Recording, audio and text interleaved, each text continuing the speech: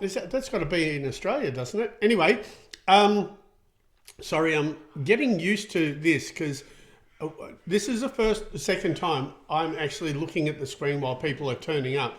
And so it's really interesting to watch. Anyway, so I'm getting distracted by all the people. So what actually happens is we're going to break down a few of the TikToks for the week. I'm going to go through, what is it? It's show number 27 for us.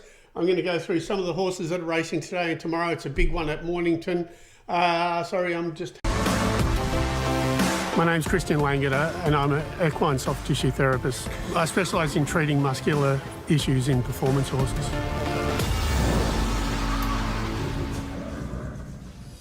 Anyway, so that's today. I don't know. I guess we start the show part from now. I'm already recording. Oh, you're already recording. So anyway, whoever is watching, you can put this as the intro. Welcome to show 27. 27? 27. Show 27. I don't know what we're breaking down. It's up to Drew. He chooses the videos during the week. And then we'll pull them apart. And if we have any questions, please, guys. Hi, Maddie Meow. Is it Maddie Meow? Can you please come to Queensland? I can't recommend anyone in Queensland. Sorry, Amanda. Sorry, I'm jumping, but... The thing is, I don't know that many people in Queensland. I'd love if therapists told me they were out or people told me that good people are in particular areas. I'd love that, so then I could actually recommend people, but very hard for me to recommend people from here. I don't get out there. I used to go there occasionally, but I'm just too busy here. I like when Drew joins in. He's like a good caddy. Use the pitching wedge. I love it. So anyway, he is like a good caddy. We were talking about, are we allowed to, how long have we been in? On this? Yeah. Coming up on 10 minutes. Oh, I was just saying that my wife said good morning to Drew and said we should do a night one because we're way funnier when we're drunk. And so... yes, Willow's going well. We had a win last weekend and we're now 4 points off level 1. Well done. Wizard, I absolutely love your work. Wish you were here in the UK. Oh, see, UK. It's 10 o'clock. It's usually 2 o'clock. Wizard would like to know about your background. Do you want to give me a quick rundown? Hey, Wizard, how are you? My background and how I started. It's kind of a weird one. We were talking about maybe doing a video on it, but well, there actually is. There's a thing here in Australia. It was called The Feed by SBS. And so if you have a look at The Feed, SBS, maybe even Drew will put a link, I don't know. Yep. If you have a look at The Feed, SBS, and they called it The Horse Mechanic, and it'll give you my history. I used to run nightclubs before I did this and race BMXs. I raced in the world titles. What happened was, if you go to, is your work similar to the Masterson method? No. Give me a second because I want to finish answering what the other person was asking. I had a really bad BMX accident. I broke my back in probably about 3 places. While I was trying to get myself well, I decided, firstly, I wanted to work with animals. Secondly, while I was fixing myself, I developed a fascination for soft tissue therapies. And so it's sort of like a bit of a journey started. So I started with rescue animals, Australian rescue animals like koalas, kangaroos, etc. And dogs. I thought that I would end up working in zoos, which I do now as well, but I specialise in horses. So what happened was I started with dogs. I did dogs and rescue animals for about 6 years, got good at that, and then fixed a dog for a racehorse trainer. They asked me to come and have a look at horses, and the whole horse thing started. I was never horsey, never wanted to be around horses, never wanted to touch horses. I've still only maybe ridden 4 horses in my life. It is not what I wanted. So it's funny that when you have things that you don't want, that it just keeps coming. So all of a sudden I became this horse person, and now this is what it looks like. So if you want to have a really good detailed look at what it did look like, go to that link of SBS The Feed, and it's The Horse Mechanic. So have a look at that. Thank you for imparting all your knowledge, Sandy. You're very welcome. This is what it's all about. It's a good point for me to say, have a look at my website. Like, the whole idea is to teach people, or to close the gap between normal horse people and professionals. Also to teach you how to understand your own horses and see if you can help your own horse, fix your own horses, etc. So you're really welcome. I try to do as much of it as possible. Even the website, I try to make as cheap as possible for the amount of information you get on that website with all the videos, the anatomical diagrams, the written content, etc. You should be able to, well, it's exactly how I check a horse. It's Putchie's fault. Anyway, thanks Putchie. What do I look stunned about? I'm trying to read. At Shane Nichols stable in Mornington. He had an open day here a couple of, like last weekend, I think it was. Some really nice yearlings, so you should check out his stable. But anyway, this is Eugenius. He's running on the weekend. There's a thing that he has. He's Streets of Avalon's brother. Streets of Avalon had a really similar thing here, which is this dip here. Now, if you've got a dip in the back, one of the things that it could be is this muscle kind of goes like this and divides. It attaches into the spine and also into the top of the pelvis. That's the pelvis right here. So I'm looking for the attachment of this. Good boy. And I'm just going to apply some pressure to it first. So the soreness is kind of mid-back. What happens is this is the longissimus, the medial glute, this bum muscle. I'm going to talk while I'm treating as I usually do, but this bum muscle kind of scallops in here. So as you dip into that edge or just before for this muscle, it's where that part of the longissimus attaches into the pelvis. So the soreness is right up here, but you treat it down in the pelvis. Once again, if you've got a horse, if you've got a horse that's got soreness here, you can use a gun, etc., etc. But be mindful, this is the gut right here. So there's no muscle here, it's all organ. So you want to avoid that. But you definitely want to get this pelvic attachment. All right. Anyway, a lot better. So check your horse. If you get a dip here, just check that muscle, and you just do it just by rolling through here to make sure it's that. Anyway, thank you. Bye. I'm just going to talk about the video and not look at the messages for a second. Someone was asking about the psoas. It could also be that. Tori, thank you, Tori. Thanks, Drew. So we were asking about the psoas. That particular video before, there's a muscle in the pelvis, and so, there's muscle that goes all the way the length of the back, and one of the attachments is it attaches onto the pelvis. So that little area, like I said, that little area is my Pandora's box. If you go to my website and have a look, there's a whole bunch of stuff there about my Pandora's box. It could be one of about 8 different things. So when people ask me about the psoas or about the pelvis or about medial glute or about being in season, hind gut, kissing spine, all that, it's all in there. So it can be one of a whole bunch of different things. This is a one, you look like you are doing anything with your fingers. You don't, oh yeah, I don't. Sorry, can we get back to that with Wizard? Yep. So what happens is, in that one I do Wizard because I'm actually rolling. The thing that I'm trying to treat is each muscle, so this is, what makes a muscle tight in your horse isn't the muscle necessarily. So unless you've got a magnesium deficiency. So when you have a muscular dysfunction, what's happening is at the end of every muscle, there are a bunch of little springs. This is hopefully interesting. There's like a spring mechanism. It's called the Golgi tendon organ. It's actually a release mechanism. So what happens is if I throw something really heavy to you and it's too heavy, it is the release that stops you from ripping your muscles off your bones, right? So what happens is it's the release mechanism, but it's also the thing that tensions you up and balances your whole body. So when you have a tight muscle, what it is the Golgi tendon organ starts cranking and it goes a bit unconscious and does some weird stuff. What I'm doing is either by, there's a whole bunch of different ways that you can get the muscle to feel itself and have that organ recalibrate, check itself and recalibrate. So I'm doing different ways of making that happen. Drew is freaking me out with his phone. I'm making different ways of making that happen and have that release happen. So all I'm doing is I either roll the muscle, I hold it in traction like stretching, I flick it, which also opens up connective tissue, or I just touch the muscle and initiate a response in the muscle, which releases those springs. So it does look like I'm not doing anything because I pretty much aren't. I'm resting my fingers on it. I'm just listening to the muscle, and it's actually just like probably energetically gets a little bit of a trigger, and then it releases Golgi tendon organ.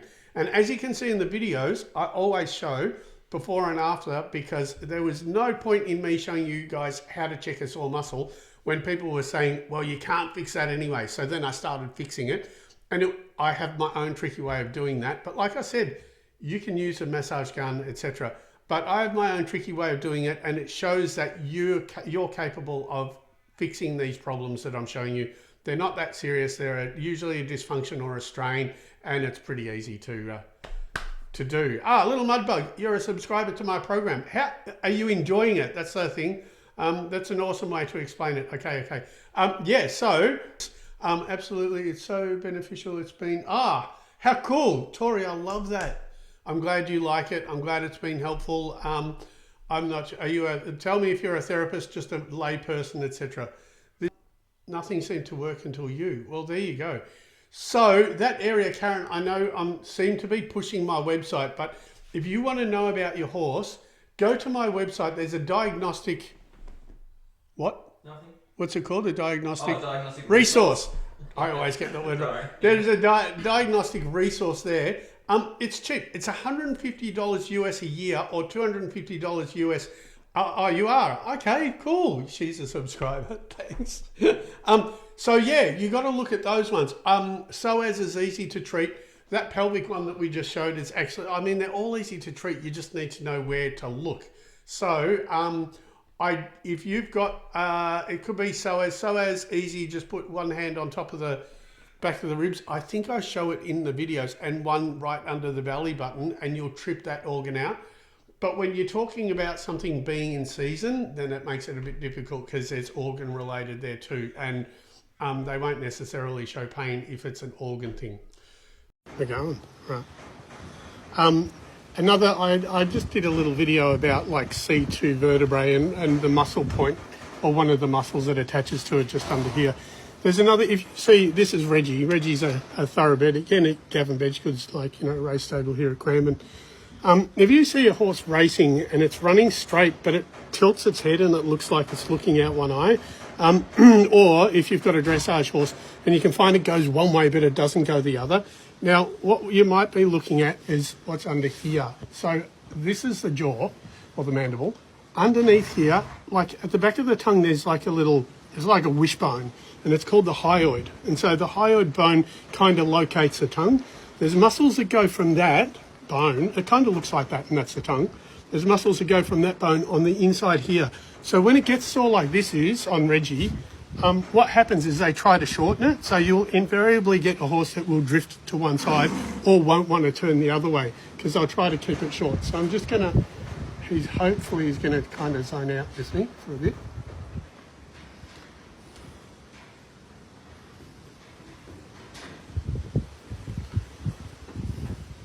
We've had a cool change here. It's finally cool. Finally cool. We can finally breathe. All right. So you can either, again, you couldn't use like one of those massage guns, but you could use an ultrasound or just massage it. Just go under. It kind of feels like a group of fingers under there, and that's the difference. So there you go. So I've backed off the hyoid. So his tongue's now going to be able to move properly. And even if you have bit problems, just give that a check. Yeah. Right. Well, we'd... Hi. Hi. Oh, there's another pole one. So the hyoid, everyone, that's sorry, what I'm just going to... I'll do the video first and then I'll suggest...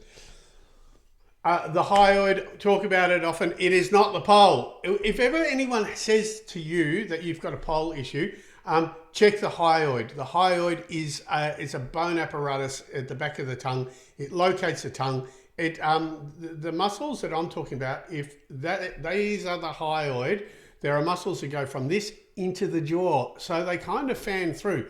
If you just put your hand in under the jaw and feel around, it'll feel like guitar strings when it's tight, and the horse will shoot its head up. Now, the whole point about this is if you put a bit in the horse's mouth and you apply any pressure for collection or anything like that, and you pull the back of the tongue, it tilts that bone and they go and protect it. And so in racing, or horses that go one way but not the other, you'll find that one side of the hyoid will be sore and the other won't be.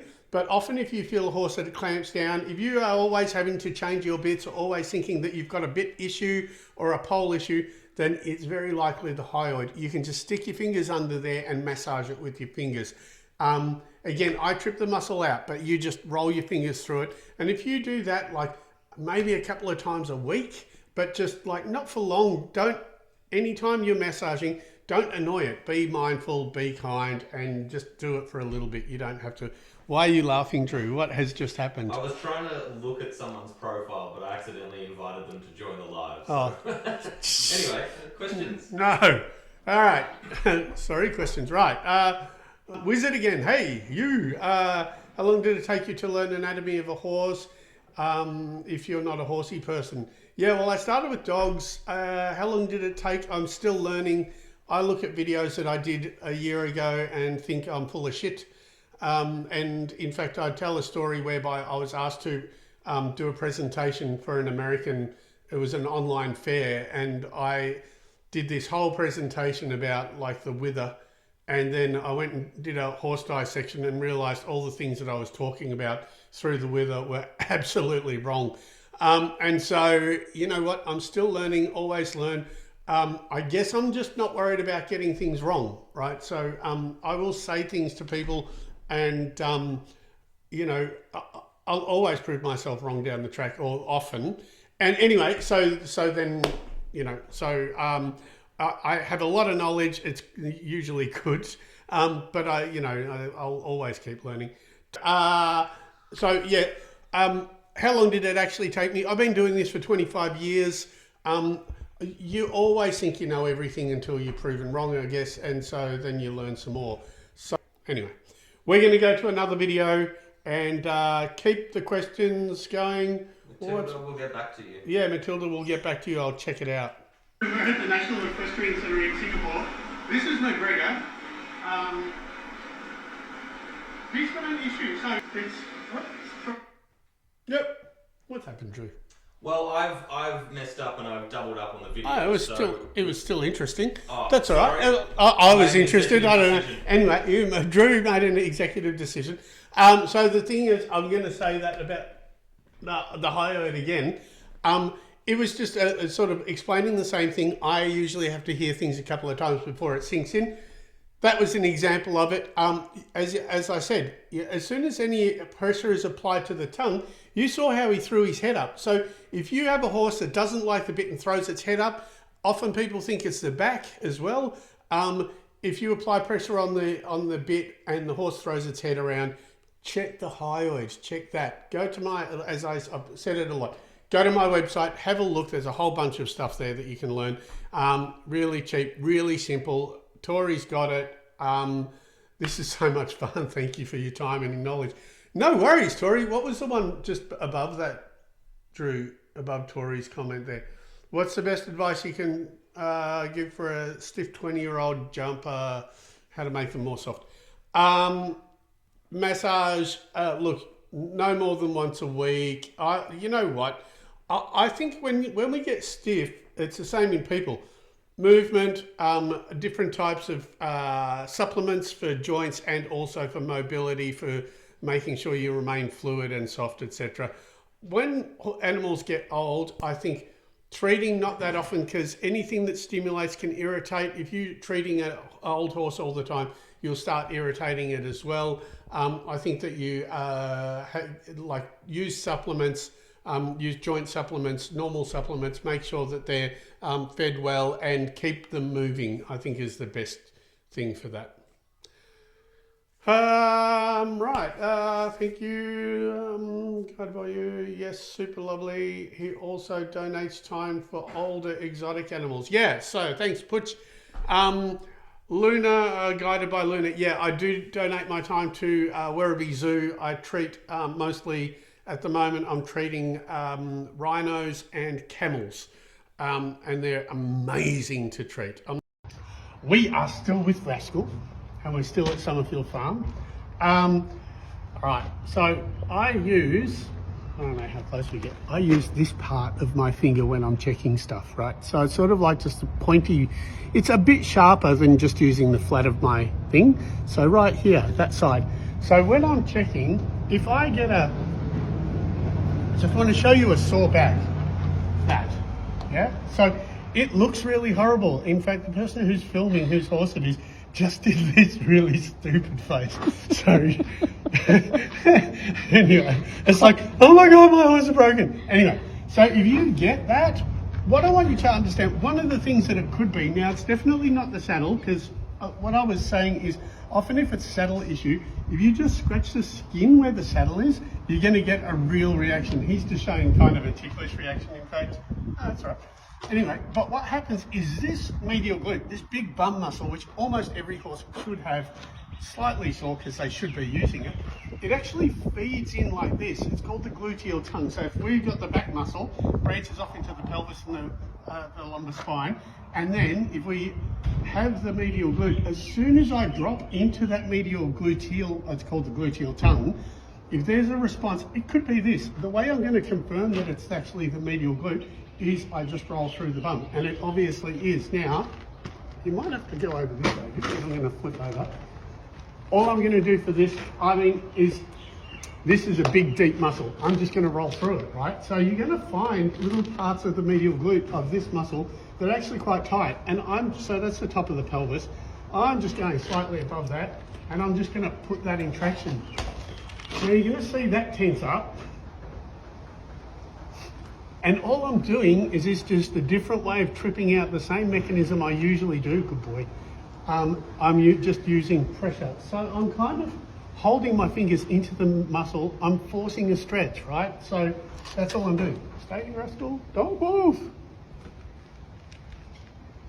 So I'm going to find all the little bits are tight, and I'm going to roll my fingers into them, and I'm going to apply pressure into the back of them. And it's just, all I'm doing is stretching the actual muscle. So then after I've just done those two bits, you can see we don't have anywhere near the issue that we had before, right? So it was just that. But you're going to think it's the lower back because we dip into that little tongue and it's not. Cool. All right. There you go. Medial. Karen, about that back thing, or about the uterus, or about whatever it was. It could also be the medial glute. Like you saw when I was treated the pelvis, the whole thing about my site is you think that the problem is in the mid-back, but as you can see, almost exactly the same reaction point in two of those videos. One of them was the medial glute and I treated that and it disappeared. The other one was actually inside the pelvis and then it disappeared.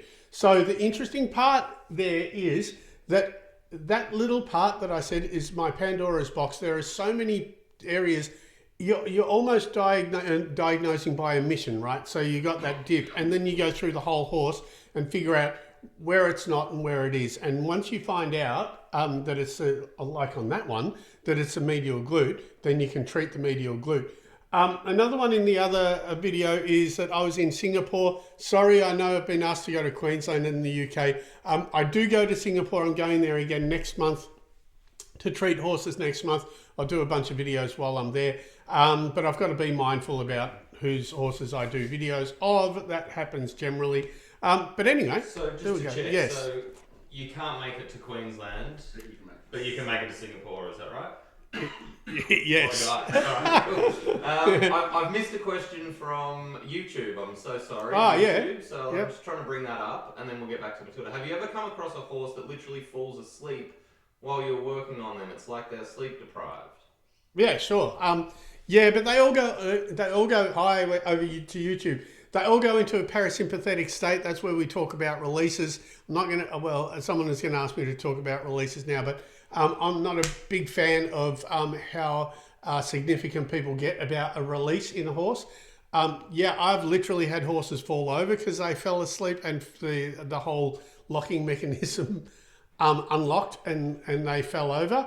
And like only once. But yeah, a lot of them go to sleep. A lot of them chill out. You know what? Mostly I find that they just go into a really cool zone, and even horses that are, sorry, I keep playing in front of my face with my hands and the camera. Horses, even if they're scared, even if they're in a large amount of pain, like the chestnut fillies, they can be scared of me the first time, but the second time I come and treat it, they usually all chill out. They usually all go into their own little zone and enjoy it. once I'm very mindful of in what order I treat those, like sort of like I try to give them a good time before I really get into the areas or that are sore, or I will fix sore bits for them so they get an idea of what I'm doing. So that was show 27. More frenetic, a bit weird, lots of new things happening. So where is it? To the show. Well, it's just to our pre-recorded YouTube show. There you go. That was show 27. We're still learning. We're still trying to do all sorts of new things. I've got another coffee here, which is really nice. And so that's over for YouTube. Thanks for joining. Get onto TikTok. Come, we do this live. Come join us. You can ask whatever questions you want. We can, like, you know, if you have any horsey problems or anything like that, I'll try to help you as best I can. Aside from that, show 27, done. TikTokers.